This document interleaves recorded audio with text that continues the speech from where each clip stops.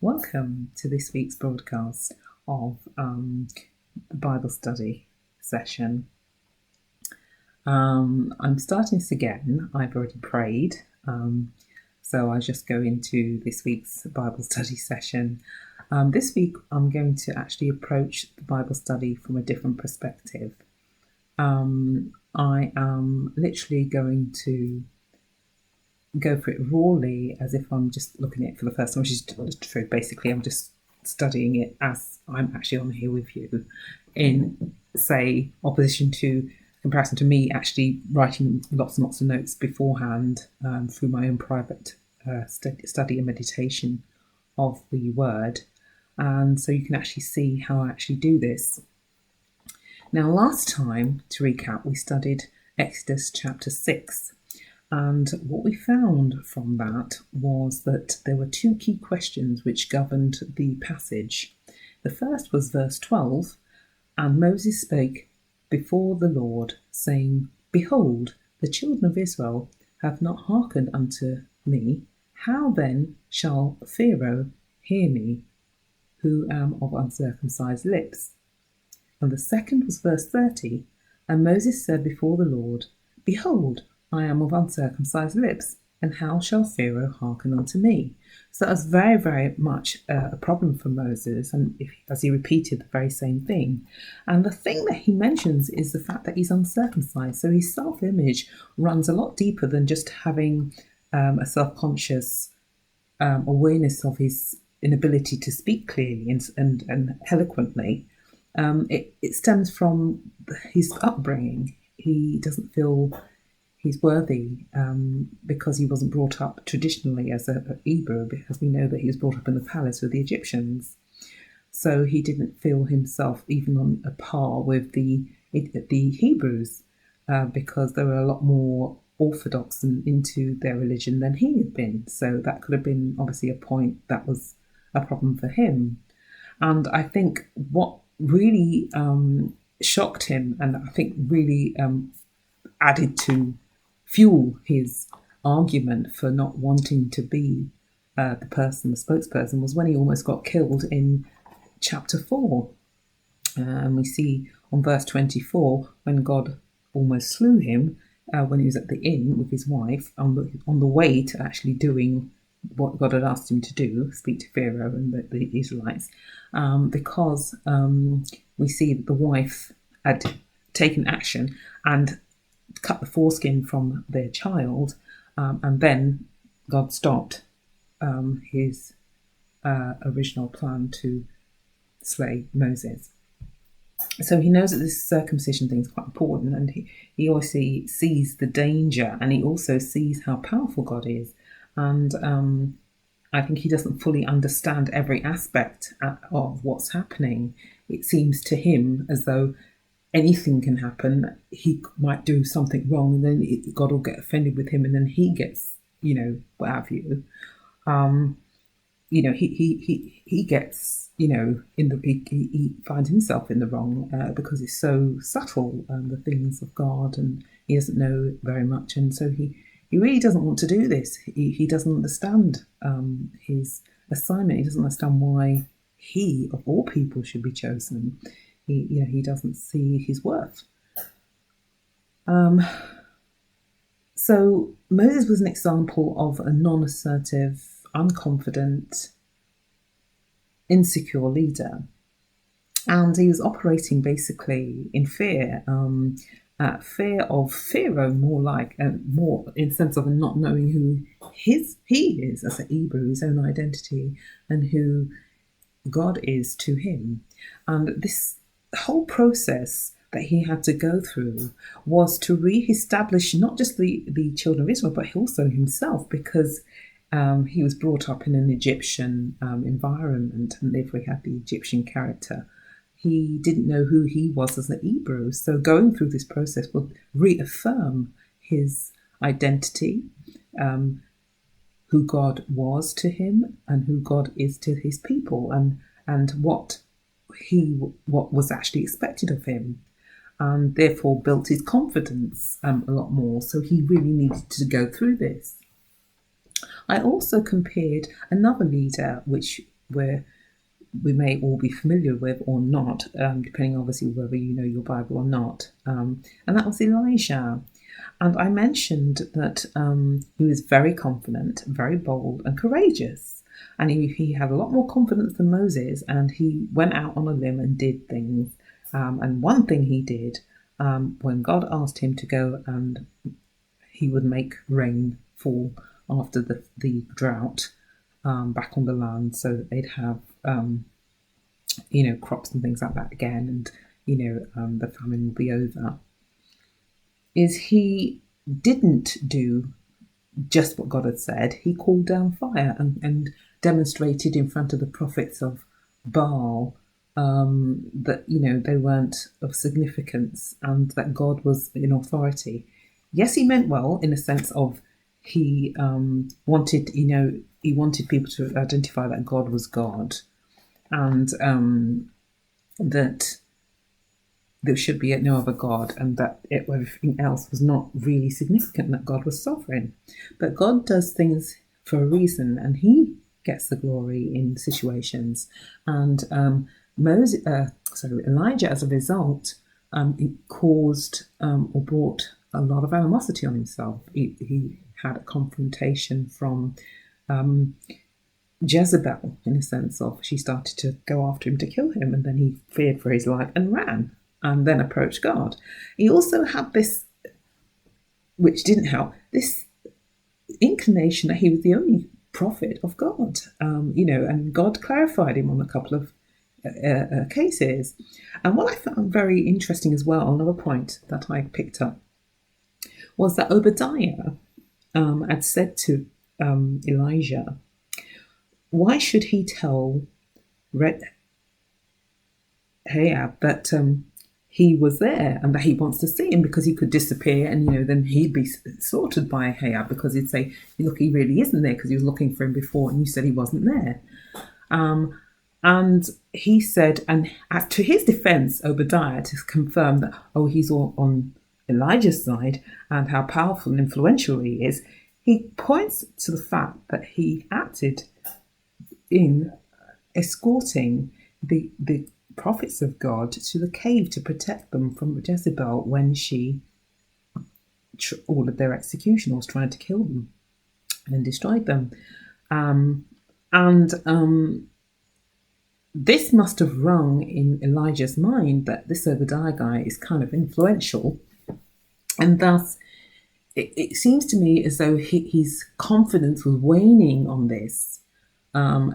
Obadiah had planted this idea in his mind that Jezebel is not somebody to mess with. She's got a reputation for slaughtering the prophets of God, and because she's slowing them and she has no mercy with respects to that. So you could be literally on that block, and so he put that fear into Elijah, and Elijah obviously had that was the seed that was sown at that moment about Obadiah being powerful enough to escort the prophets of God to a cave to protect them from Jezebel. So that could have been the deciding factor which switched Elijah from doing what God originally told him to do and doing what would establish, he believed, securing what Obadiah was concerned about, rather than what God had originally wanted to have in place to give God the glory and to show to do His will. And we see that God's response in two ways basically confirms the point I'm making, is when he says he finds Elijah when he sees Elijah running, and he's asking for God, he wants to meet God, and he takes him to a cave, just like Obadiah took the claim to have taken the prophets of God to a cave, to tell him, well, look, you're not the only prophet I've got, And then he the way he prays, you're not the only prophet, I've got other prophets, and you should. And he tells him further instructions, because obviously he's now been fueled with this seed to believe something other than what God is actually telling him. And there's obviously now a conflict of authority, and his whole posture had changed from being a confident prophet to a feeble one because of this fear, that seed of fear that had been planted in him by Obadiah, really. And his confidence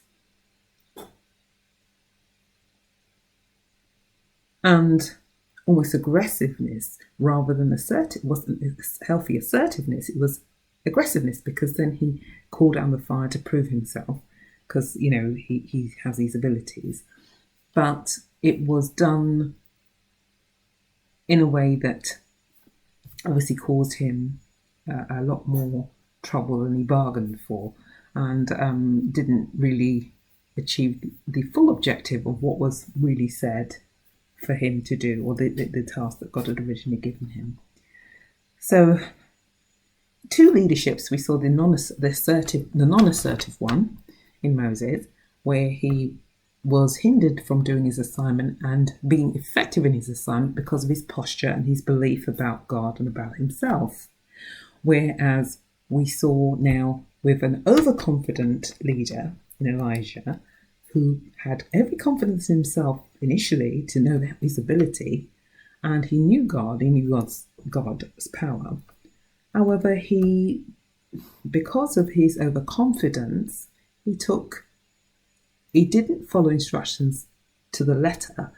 He added things himself, which caused an issue and didn't get the objective done. Therefore, found himself really going into disobedience. And then obviously God had to bail him out and help him out of the situation. Okay, so the two types of leadership, and we see that Moses' issue from chapter 6 was being uncircumcised, so he didn't feel worthy as a full Hebrew Orthodox to be chosen as the one to be in the position to actually be the spokesperson. He's in new territory, uncharted territory, which a lot of leadership obviously find themselves in. So, and now we move on to chapter 7. Okay, once again, I'm reading this the first time I'm picking up as I'm going along. And it simply states, "Now concerning the things wherefore you wrote unto me, it is good for a man not to touch a woman, nevertheless to avoid..." Hang on a second. Have I got the right chapter correction? No, it's not, sorry. I knew there's something wrong there. Okay, Exodus chapter 7 coming up. Forgive me. I was in 1 Corinthians there. Okay. "And the Lord said unto Moses, See, I have made thee a god to Pharaoh."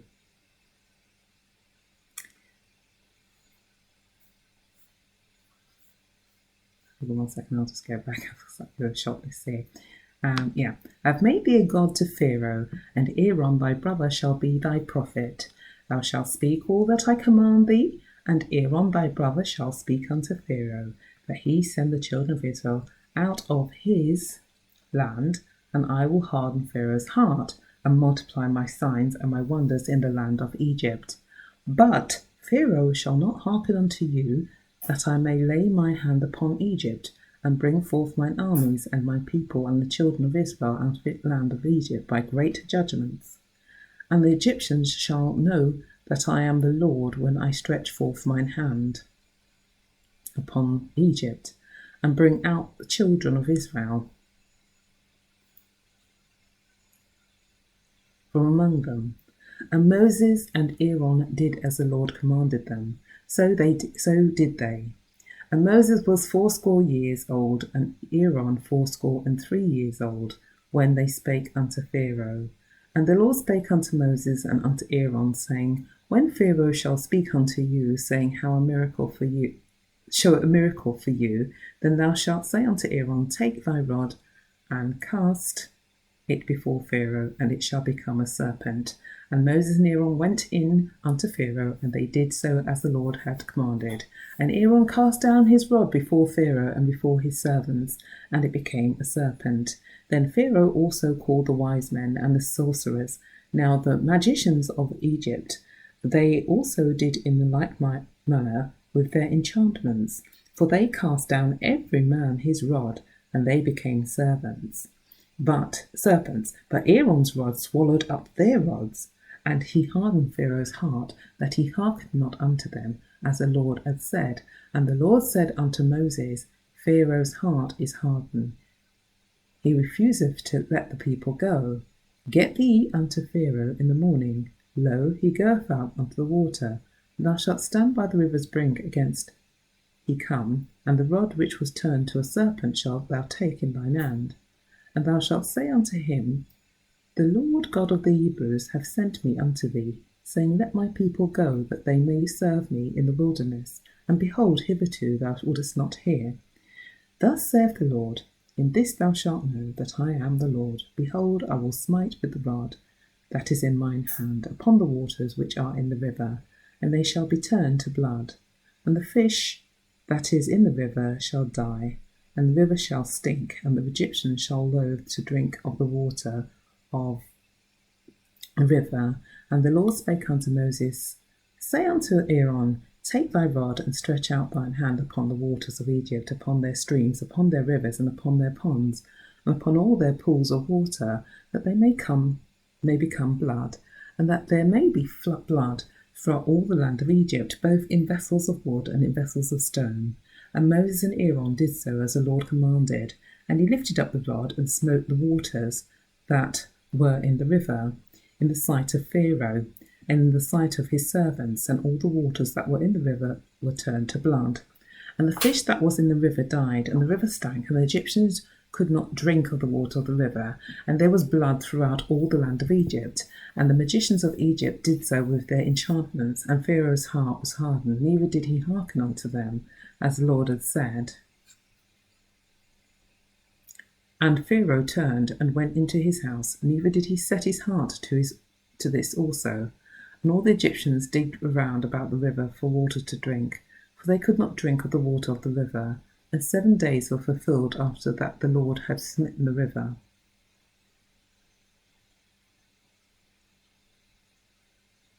Okay,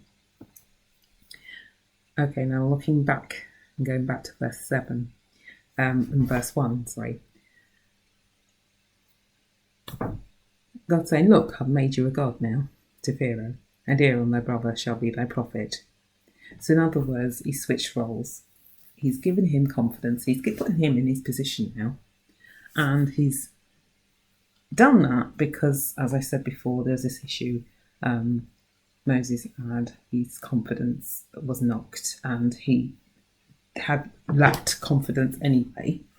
And what speaks to me here in this passage, or what I really see here, is because he kept affirming he couldn't say anything, and why should Pharaoh hearken to him, and why should Pharaoh listen to him?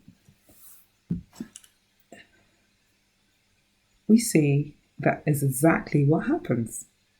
What he said happens.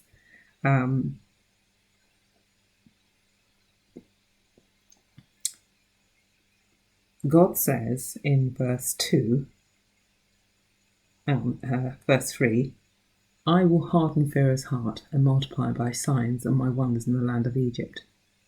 And Pharaoh will not listen to you, but Pharaoh shall not hearken unto you, that I may lay my hand upon Egypt and bring forth mine armies and my people, the children of Israel, out of the land of Egypt by great judgments. Right, this is all for God's purpose, to show that God's in control. He's the one behind Pharaoh's hardening of his heart. The first time here he's saying, you're speaking to him, but I'm going to harden his heart so he doesn't do it. Okay, you said it. You've gone and done it. And see, he's not doing it because you're doing it or you're saying it. And then he tells them to do signs and wonders and things like that to demonstrate to Pharaoh what authority they're coming under.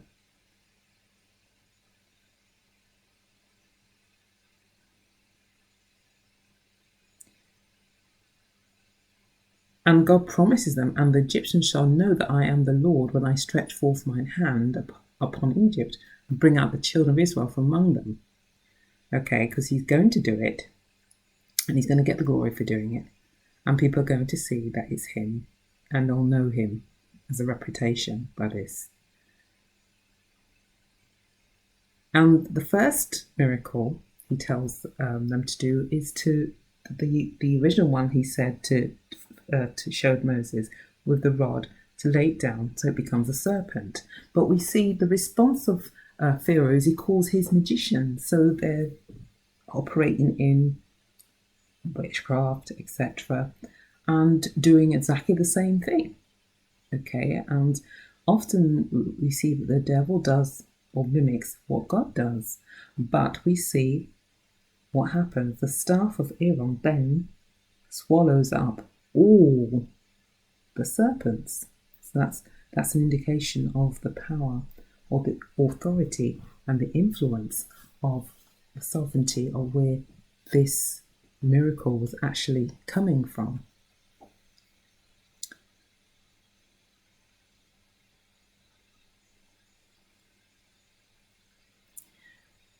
And the response of Pharaoh is that he hardens the heart, and he still doesn't listen to them.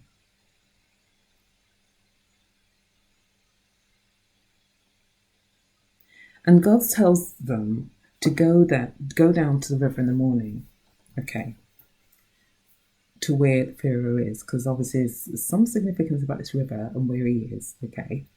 And he goes to this river. Pharaoh goes to the river, and they go there.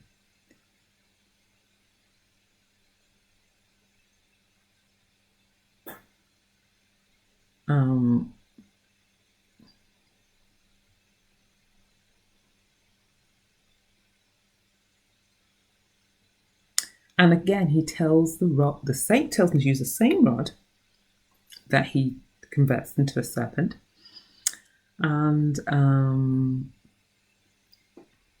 he tells him also instructions of what to say to him. He says, the Lord God of the Hebrews, okay, have sent me to you, saying, let my people go, that they may serve me in the wilderness. Because this is the whole purpose. God wants his people to serve him. And behold, hitherto thou wouldst not hear. Thus saith the Lord, in this you shall now know that I am the Lord. Behold, I will smite with the rod that is in mine hand upon the waters which are in the river, and they shall be turned to blood. Okay?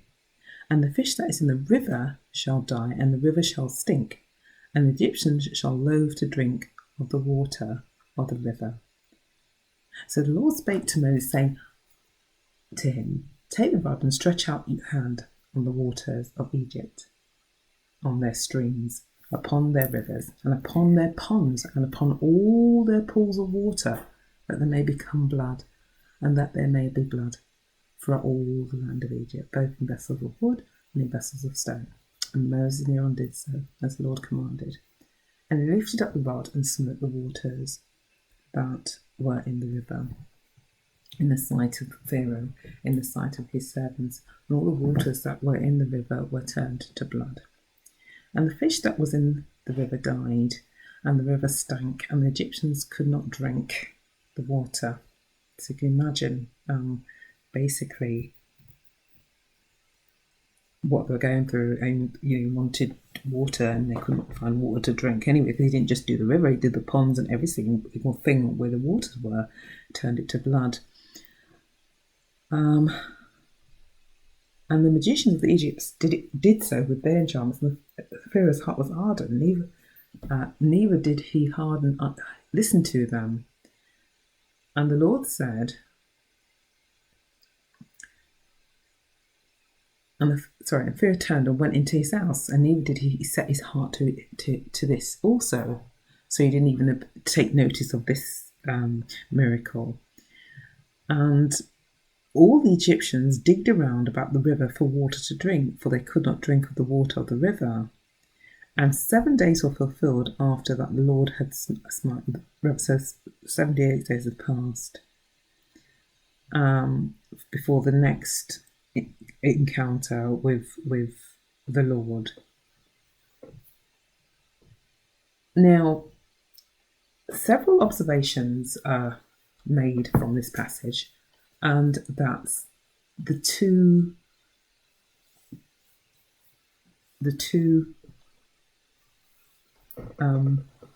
miracles that were actually done here, performed. First, the serpent. The significance of the serpent obviously must be something very significant towards the Pharaoh, and the water, the river, him by the water as well, the river, and it's very important to him, that river and that water. And so there are two forms of his source of Pharaoh's power, or with Pharaoh sees it as significant for his rule, the serpent and the river, is where he pulls all his resources, all his power and influence and authority as ruler of Egypt. Hence why these two miracles were performed specifically for him. But he doesn't pay attention because God hardens his heart right the first time. And here again, he's not impressed at all because his magicians have done basically the same thing as Moses has done. And he's trying to say, well, look, there's no difference here. I'm still in control.